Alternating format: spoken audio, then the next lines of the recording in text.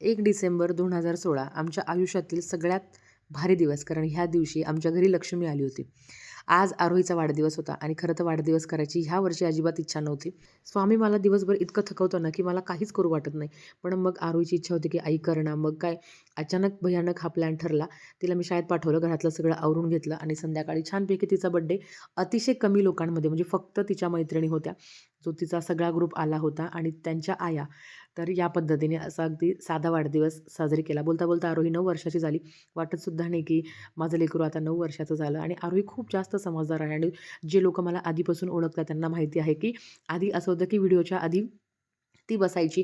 तिला फार आवडायचं व्हिडिओमध्ये यायला. पण अर्थात ती आता मोठी झाली आहे आणि मी पण तिला फोर्स करत नाही. सगळ्या मैत्रिणींनी छानपैकी तिचं औक्षण केलं. तिला भरपूर आशीर्वाद दिले. मी सुद्धा तिचं औक्षण केलं आणि बर्थडे म्हटला तर मुलींचं तेच असतं, की फक्त त्यांचे मित्र-मैत्रिणी येतात, छानपैकी केक कटिंग होतं, ते खेळतात हेच पाहिजेल असतं. तर 2 केक ऑर्डर केले होते.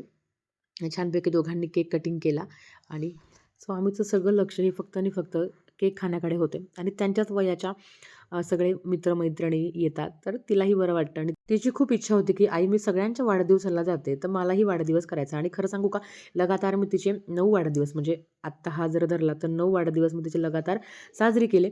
तर मी आता म्हटली आहे, की आरोही आता नाही करायचं. आता आपणच आपल्या करू. कारण मी तिला ठरवलं होतं, की ह्या वर्षी तू 9 वर्षाचे झाले, तर मी तुला 9 गिफ्ट देईल. पण तिची इच्छा होती, की नाही आई, तुम्हाला गिफ्ट्स नको देऊ, माझ्या मैत्रिणींना बोलव. तरी ते छानपैकी व्हेज पुलाव केला होता. मैत्रिणींच्या मदतीने बिचाऱ्यांनी खूप मदत केली मला आणि पावभाजी आणली होती ह्या सगळ्या माझ्या मैत्रिणी.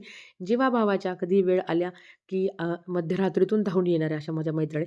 छान गिफ्ट्स आले याचं जास्त अट्रॅक्शन होतं.